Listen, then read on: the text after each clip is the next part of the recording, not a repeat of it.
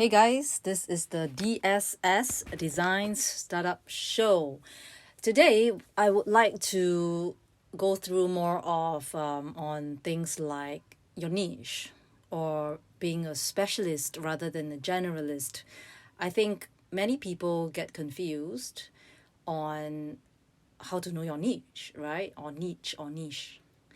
I was confused as well when I first started. Even now, I am also trying to find my bearings on my niche, right? On something that I can specialize where people will know that I am good in that certain area.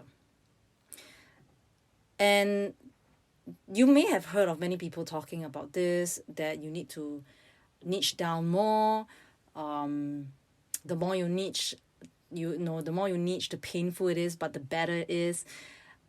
Narrowing it down, things like that, which I agree, because I have been a generalist before, and niching down got me to be more focused, right? So I'm going more into this today.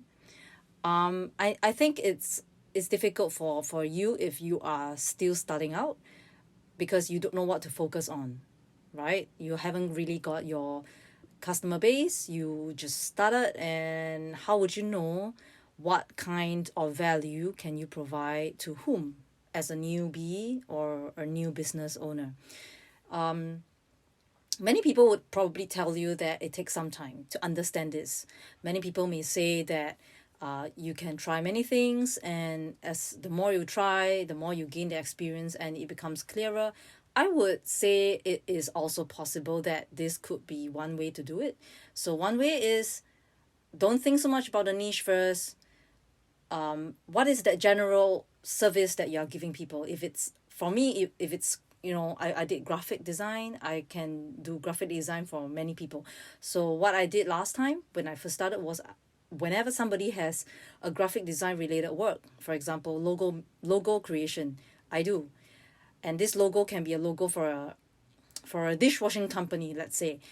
I will do that. I'll design, I'll pass it on to them, and then that's it. Maybe another company that is doing finances, banking, will come to me and say, hey, could you do a brochure for me? I will do it because I have the skill that can provide such a service for anyone who needs to kind of beautify their collateral. So I will say yes, and I get to work.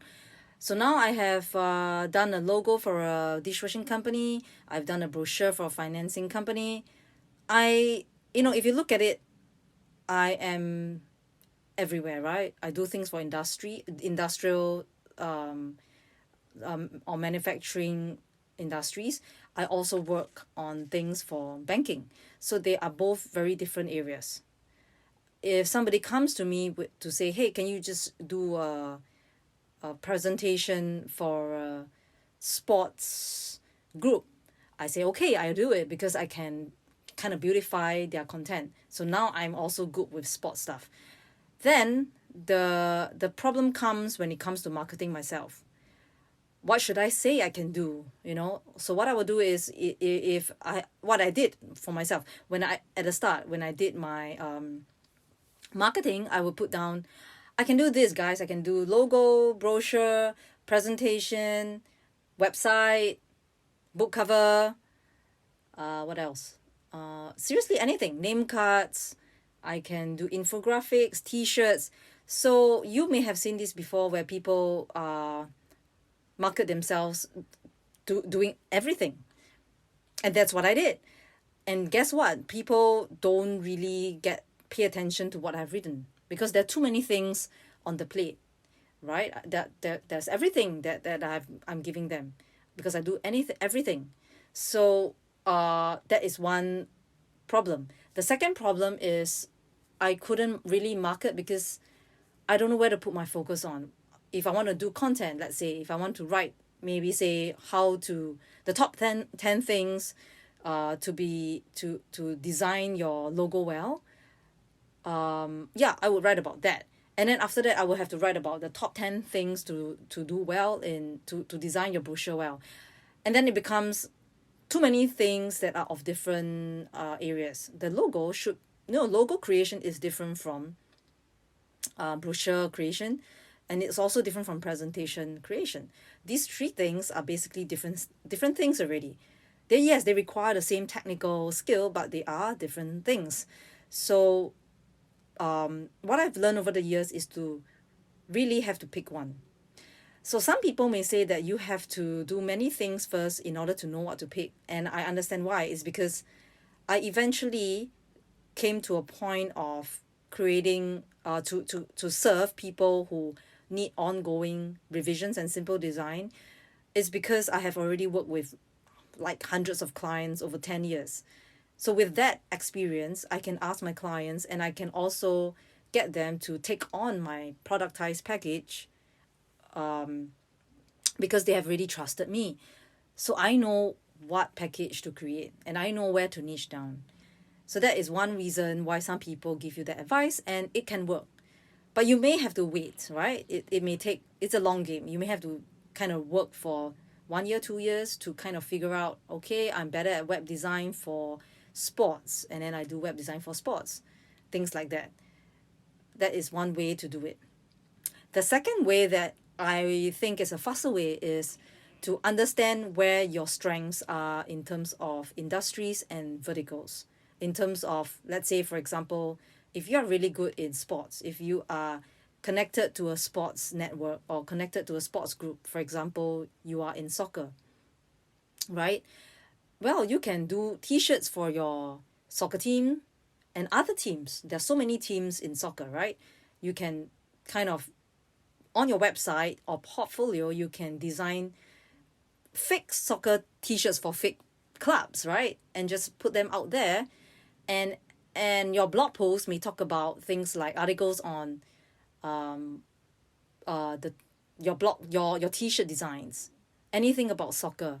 How do you kind of create the best soccer team based on, you know, mental toughness, or based on nutrition, or you can just go right into helping soccer teams, and then you hone in on what can they do to, you know, put themselves out there better and recruit better players. So these are things that design can come into play, and marketing a soccer team needs design as well for the collaterals. So you can talk about marketing a soccer team, marketing to recruit players, things like that. So what I'm trying to say is, you gotta be self-aware of what you're good at first, what you like to do on a recurring basis, on an ongoing basis. If creating things for a soccer game or soccer team is something that you are sure you can face it every single day, there's a little bit of that passion in there. Yeah, and this is something you should try. And never ever think that a niche has to stick on. You know, you can do soccer for 1 year and after that change to tennis, right? It's fine. But you need to have some time, like 3 to 6 months of ongoing work, to see some results.